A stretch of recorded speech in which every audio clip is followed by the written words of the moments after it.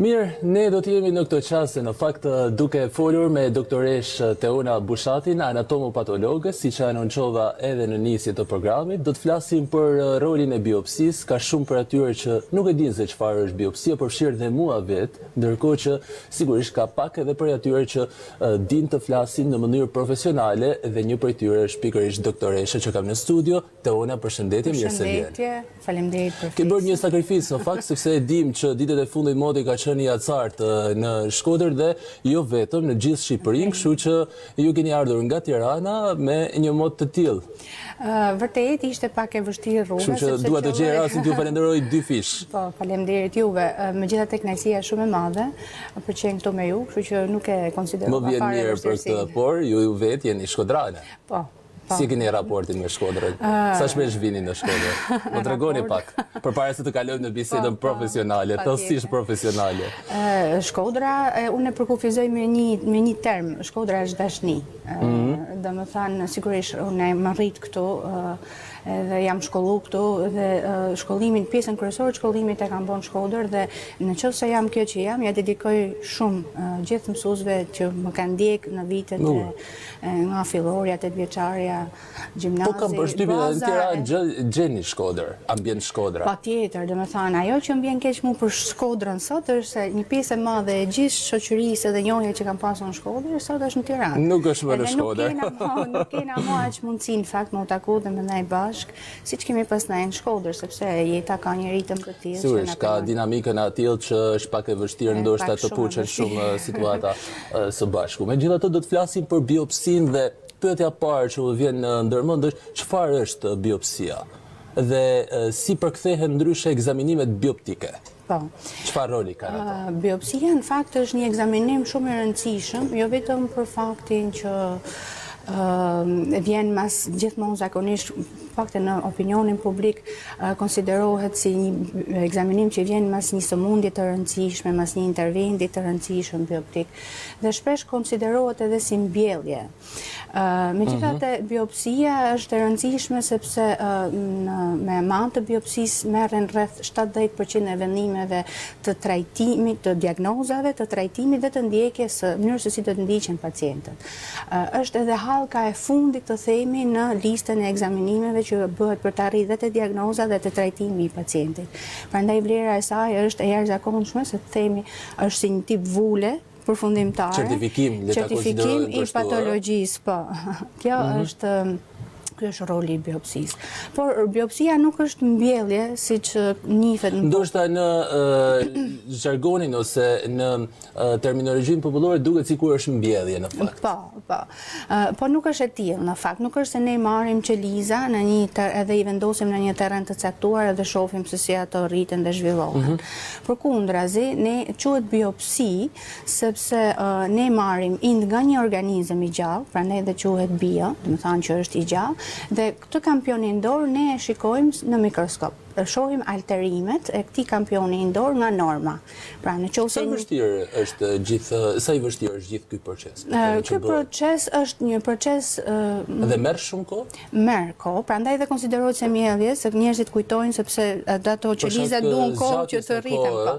Po është një teknikë e tërë histopatologjike që quhet, që trajton indin në mënyrë të tillë që të ruaj formën ashtu siç është marrë në momentin e marrjes nga personi, nga organizmi, dhe ta përgatisin në mënyrë që të pritet në seksione shumë të holla, disa mikron, në mënyrë që ne mund ta shohim pastaj në mikroskop. Domethënë ne thjesht, prandaj quhet biopsi, domethënë ne shikojmë një ind të gjallë. Që e fiksojmë në një moment të caktuar ashtu siç është marrë dhe në atë moment që është fiksohet dhe ne pastaj shikojmë ndryshimet e formës së qelizave, të arkitekturës së indit, mallësisë, janë shumë elemente që vlerësojmë për me pa ndryshimin nga norma. A kanë në fakt funksione të tjera metodat bioptike përveç atij diagnostikues? Qëllimi kryesor është diagnostikues, por domethënë qëllimi i mjekësisë është më shumë parandalimi. Në mos arrim do të parandalimi të paktën të zbulojmë sa më herët një patologji. Sa e rëndësishme është të zbulojmë sa më herët një patologji, doktoresh? Është shumë e rëndësishme sepse zbulimi sa më i hershëm lidhet njëkohësisht me trajtimin më të suksesshëm. Sa më herët të zbulohet, aq më mënyrë të suksesshme trajtohet, edhe shërohet në mënyrë definitive nëse trajtohet shpejt në mënyrën e duhur. Pra ne në Shqipëri kemi mundësi ta shërojmë në mënyrë, po themi, definitive nëse kapet në kohë. Sigurisht. Për shembull, pap testi është një mjet depistues. Do të thënë një ekzaminimi pap testi i nënshtrohen gratë e një popullate të caktuar, sipas projekteve të ndryshme që mund të ketë ose politikave që ka Ministria e Shëndetësisë, ose vetë kompanitë private tash bëjnë check-up-e për punonjësit e vetë dhe bëjnë pap teste në formë rutine. Nëpërmjet pap testit ne i zbulojmë ndryshimet fillestare që kanë ndodhur në qelizat e qafës së mitrës së gruas. Ndryshime që i paraprin zhvillimit të kancerit. Dhe nëse ne i kapim shpejt këto ndryshime, mund t'i trajtojmë shumë shpejt pa u bë patologji, domethënë e mirë fillt. Ose maksimumi i kohës. Ky proces zgjat për vite të tëra. Kanceri nuk është një patologji që lind brenda natës, as brenda një jave, as brenda një muaji.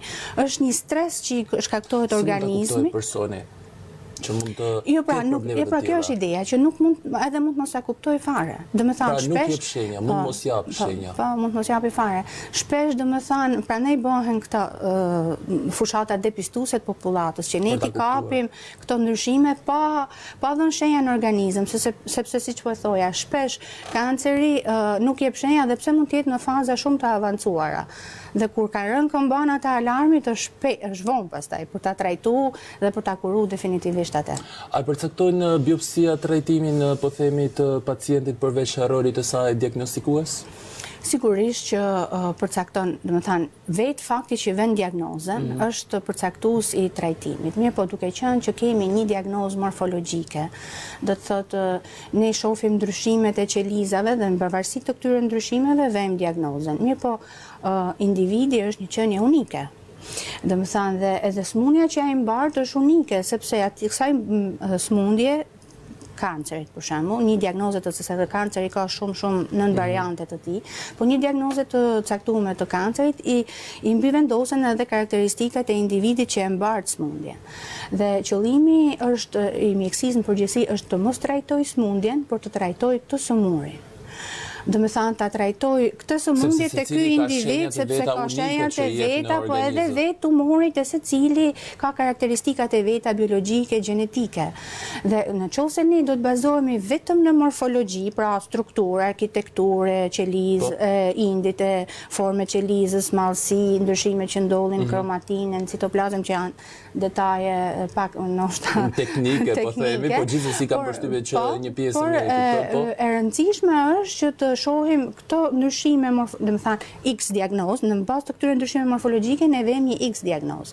Po ne nuk do të në gjitha për shembull gratë në kancerin e gjirit kanë një diagnozë gjitha. 80% e grave që kanë kancer gjiri kanë një diagnozë që është karcinoma duktale invazive grade 2. Kjo lidhet me gratë shqiptare apo me gratë botërore? Në statistikë botërore. Pra shumica e grave, nuk po jap absolutizim, po shumica e grave kanë këtë diagnozë. Ka një arsye për këtë? Jo, një sekond, se duhet të sqaroj një gjë tjetër. Deri në 2-3 dekada, gjitha këto gratë merrnin të njëjtën skemë kimioterapie dhe radioterapie.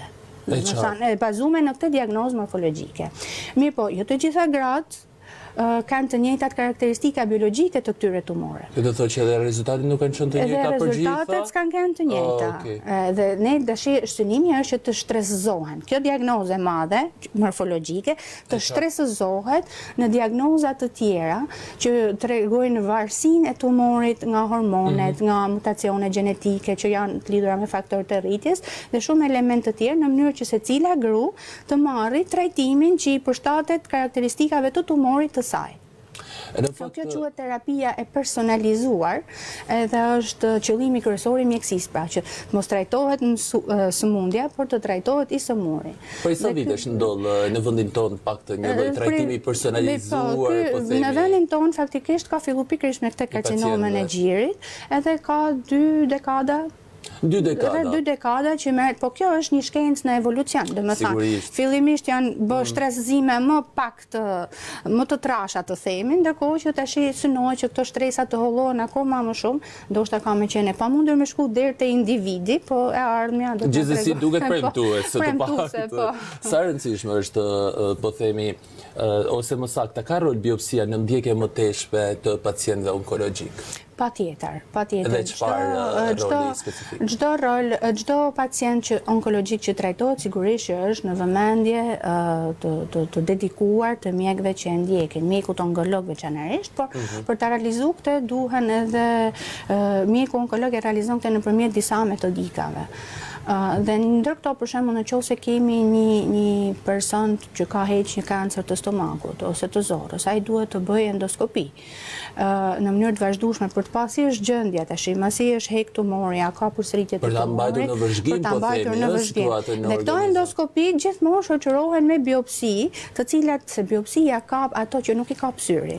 Domethënë kap ndryshimet në qeliza, kap ato që quhen metaplazi ose displazit janë të ndryshimet fillestare, janë të gradës së ulët, të mesme, të lartë, dhe duke qenë në një ekzaminim bioptik gjithë ky monitorim, sigurisht që është më i saktë dhe ndjekja bëhet më e mirë. Ose për shembull një pacient që ka hek një tumor të vezikës urinare. Ai për ta ndjekë rekomandohet që të bëhet çdo 3 ose 6 muaj citologji të urinës. Do të thënë një analizë urine, merret kampioni si për analizë të thjeshtë urine, ne e centrifugojmë, nxjerrim qelizat dhe shohim qelizat a kanë ndryshime, se ky është një person që ka predispozit për të bërë karcinom të vezikës urinare ose kancer të vezikës urinare. Grup mosh mund të jetë më e prisht në këtë drejtim? Po sigurisht, domethënë moshat mas dekadës së 4 të 5 janë më të prekura. Neoplazia ose kanceri ka 2 pike. Një e ka në moshën pediatrike, tek fëmijët, edhe një pikë tjetër e ka pastaj mas dekadës të 5-6, po ka filluar në fakt mu afru duke gjithë këto ndoshta të ritmit e jetesës, gjithë stresi, ngarkesat, absolutisht rrezatimet, ushqimet që janë të modifikuar gjenetikisht, gjitha këto ngjyruesit e shumë që kemi në ushqime, gjitha këto kanë ndikimin e vet, po themi edhe në plastikat, çdo gjë që na rrethon. A janë ndërgjegjësuar mjaftueshëm shqiptarët për të diagnostikuar në kohë, duke parë rëndësinë e diagnostikimit në kohë për patologji të tilla? Popullata shqiptare sa rëndësi kushton shëndetit? Është goxha e informuar dhe unë mendoj që popullata shqiptare i kushton goxha rëndësi shëndetit. Pastaj tjetër gjë është mundësia që ka, sepse këto janë gjëra që bëhen, nuk mund t'i bëjë individi vetëm, duhen bërë me politika të drejtuara nga Ministria e Shëndetësisë, duhet fonde të mëdha. Ne jemi një popull relativisht i varfër. Kështu që mundësitë janë të pakta për me bë fushata depistuese të gjëra, por unë verej që individët me shqetësimin më të vogël i drejtohen mjekut. Domethënë interesi është, pavarësisht se politikat, domethënë, dhe fushatet e gjëra depistuese janë hala në hapat e parë. Doktoresh, duhet të ndalem edhe tek roli i biopsisë në organizëm. A ka ndikim negativ ai në organizëm, për shembull, flasim pak edhe për këtë aspekt se njerëzit janë të shqetësuar gjithsesi dhe duan të dinë diçka më tepër. Ka në fakt një opinion në popullat, veçanërisht kjo vlen për nifshanet, që thonë nuk po e ngacmoj ose gjëra që janë në lëkurë. Nuk po e ngacmoj se thohet që hapet shumë dhe në fakt, biopsia është një proces mekanik. Dhe më tha një heqje e asaj që është. Nuk është se biopsia e transformon patologjinë. Por edhe një lloj të drejtë kanë në tumore që janë shumë. Në çfarë aspekti? Që mund të ndikojnë në përhapje. Dhe më tha në raste të veçanta, biopsia, vetë metoda e marrjes, hap enë të reja gjakut. Dhe nëpërmjet enëve të reja të gjakut, ndonjë qelizë e një tumori që është ndërkohë malign. Nuk është se transformohet tumori duke marrë biopsinë. Mund të kalojë në qarkullim gjaku dhe në të ardhmen mund të japi një metastazë. Por kjo do të ndodhte edhe nëse nuk do të bëhej biopsia. Do me thënë, njeriu duhet me vun pesh të mira dhe të këqijat. Nëse ti do ta lësh tumorin në rrjedhjen e vet, ai do ta japi atë rezultatin negativ. Ndërsa nëse ti e merr biopsinë, e heq tumorin, e ekzaminon vend diagnozën, ke i jep vetes shansin që të trajtohesh në kohën e dur, në mënyrën e dur, sepse të thash, biopsia nuk është se e transformon tumorin. Tumori është ai që është, ne thjesht e heqim. Kur tumorët janë shumë malinje, nëpërmjet në procedurës, domethënë mund të ndodhi, po këto janë raste shumë të rralla.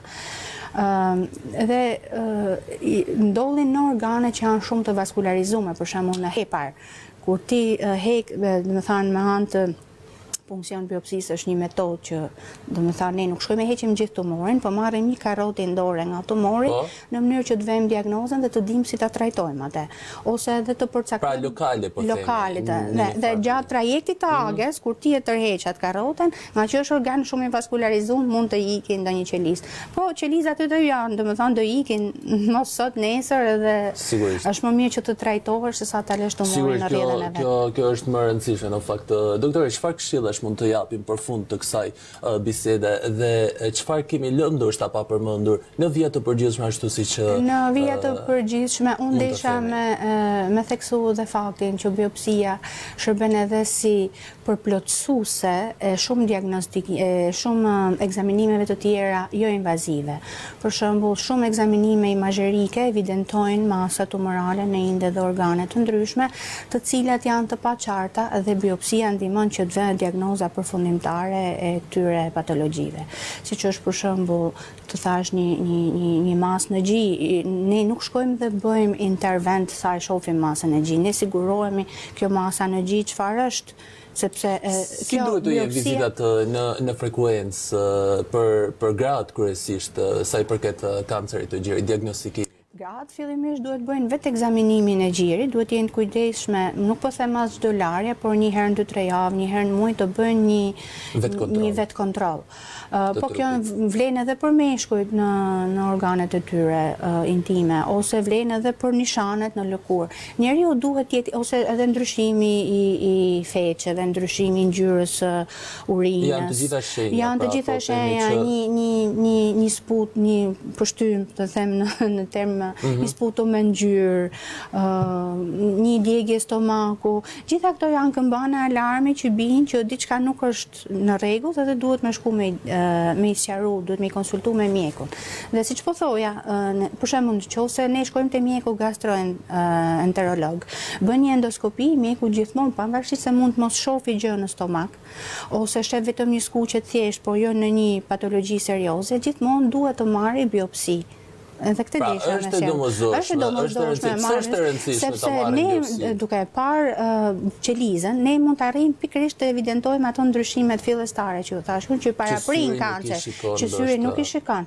Pra ne shohim ato displazi që u thash më përpara, që ti mund të jetë një gocë e re, nuk e mendon fare që ajo mund të ketë displazi të stomakut.